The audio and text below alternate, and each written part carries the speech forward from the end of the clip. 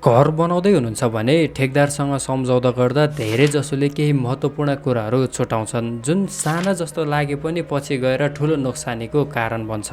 हामी प्राय विश्वासकै भरमा काम सुरु गर्छौँ, तर यथार्थमा घर निर्माण जस्तो ठुलो लगानीमा भरोसा मात्र पुग्दैन, स्पष्ट लेखिएको सम्झौता चाहिन्छ। जस्तो पहिलो गल्ती धेरैले यही गर्छन् कि मौखिक कुरालाई सम्झौता मानेर कागजमा केही लेख्दैनन्। कुन काम कहिले सकिने, कुन सामग्री प्रयोग गरिने, काममा ढिलाइ भए के जिम्मेवारी कसको, यी सबै कुरा स्पष्ट रूपमा सम्झौतामा लेखिनुपर्छ। यसै गरी दोस्रो गल्ती सुरुमै धेरै पैसा तिर्नु। काम सुरु नहुँदै 50% वा 70% पैसा बुझाएपछि तपाईँको ठेकेदारको जवाफदेही त घट्न सक्छ। त्यसैले पेमेन्ट काम अनुसार किस्तामा हुनुपर्छ।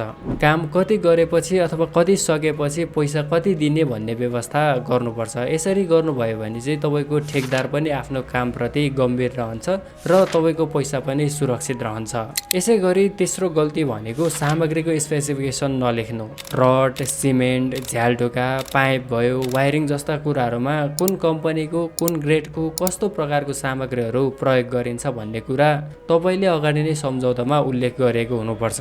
नत्र सस्तो अथवा कमजोर सामग्री हालेर काम सकिसकेको देखाइन्छ, तर यसले चाहिँ तपाईँको घरको दीर्घकालीन सुरक्षामा खतरा आउन सक्छ। यसै गरी अर्को महत्त्वपूर्ण कुरा भनेको समय अवधि।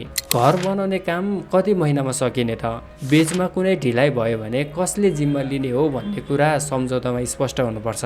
जति समय लागे पनि काम सकिहाल्छ नि भन्ने सोचले तपाईँको काम महिनौसम्म लम्बिन सक्छ, जसले तपाईँको बजेट भयो, प्लान तथा घरको गुणस्तर बिगार्न सक्छ। यस्तो अवस्थामा पैसा कटौती गर्ने हो कि अथवा के गर्ने हो अथवा यसको जिम्मेवारी को हो भन्ने कुरा स्पष्ट रूपमा लेखिएको हुनुपर्छ सम्झौतामा।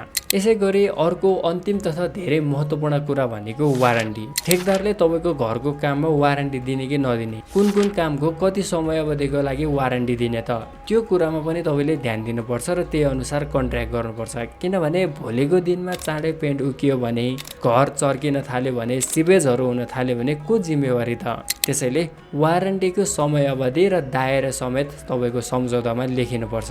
यी सबै कुरा छुट्यो भने काम सकिएपछि तपाईँसँग न प्रमाण हुन्छ, न दाबी गर्ने कुनै आधार। तपाईँको घर तपाईँको जीवनको सबैभन्दा ठुलो लगानी हो। त्यसैले सुरुदेखि नै सबै कुराहरूलाई लिखित रूपमा सुनिश्चित गर्नुपर्छ।